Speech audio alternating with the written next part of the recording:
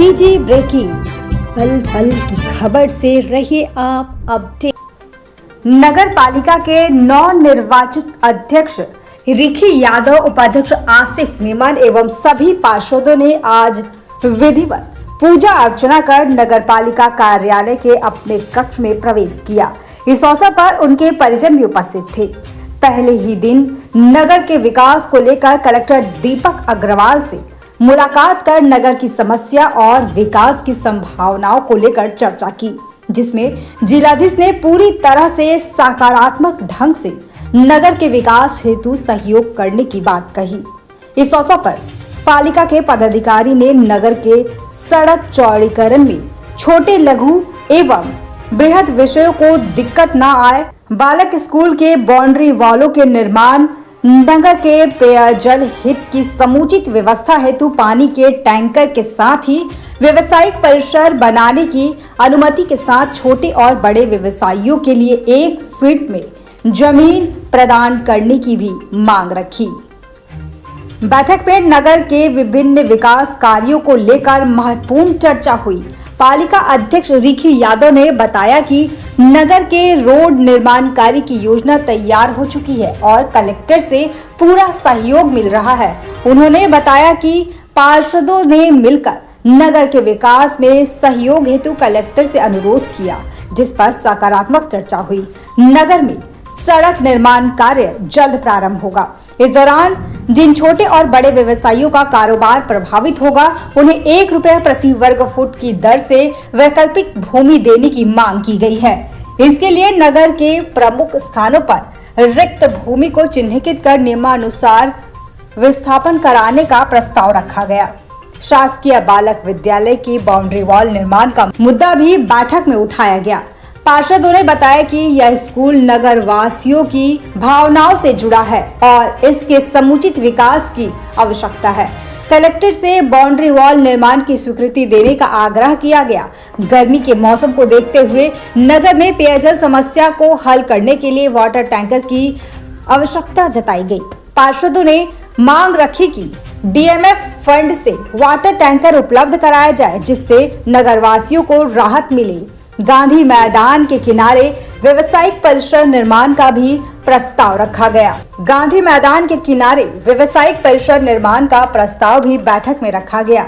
इससे नगर पालिका की आय में वृद्धि होगी और नए रोजगार के अवसर सृजित होंगे।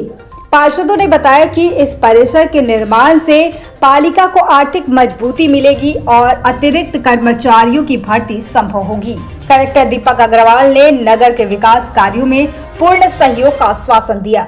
उन्होंने कहा कि गरियाबंद के समग्र विकास के लिए सभी आवश्यक कदम उठाए जाएंगे और नगर वासियों को बेहतर सुविधाएं उपलब्ध कराई जाएंगी।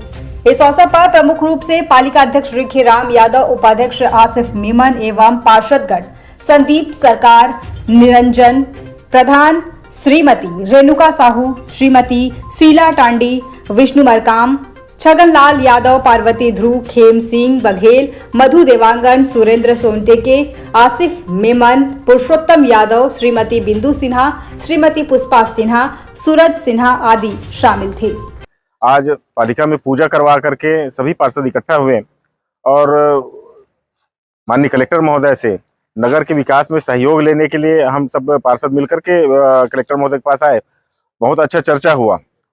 2-3 मुद्दों के लेकर के अच्छा चर्चा हुआ, जिसमें कलेक्टर साहब सहयोग करने के बात की है। उसमें से अभी हम सब देख रहे हैं गरियाबंद के नगर में रोड का काम चालू होने वाला है। हम लोग उनके विकास के लिए जो शासन की योजना है 1 रुपये स्क्वायर फीट में जगह देने की, जो यहाँ नहीं ले पाए थे, तो उनके लिए बात की कि भैया जितने व्यवसाय और आवासीय क्षेत्र जो प्रभावित होंगे, उनको व्यवस्थापन के लिए हमको एक उचित जगह है उनको दिया जाए, जिनको हम जो विस्थापित लोग हैं उनका व्यवस्थापन कर सकें। एक इस विषय में सकारात्मक चर्चा हुआ है। दूसरा चीज, बॉयज स्कूल का जो बाउंड्री वॉल का विषय है, जो हम सब वहाँ पढ़े लिखे हैं, हमारे आत्मा जुड़ा हुआ है वहाँ, उनके अच्छा विकास के लिए वहाँ व्यवस्थित हो और बाउंड्री वॉल अच्छा हो, इस विषय में भी चर्चा हुआ है।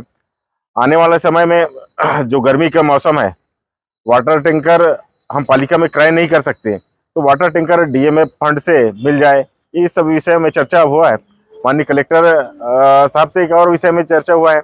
जो अपन गांधी मैदान के किनारे में व्यावसायिक परिसर बनाने के विषय में हम लोग बहुत काफी लंबा समय से सोच के रखे थे, लेकिन कुछ ही कारण से वो अधूरा है।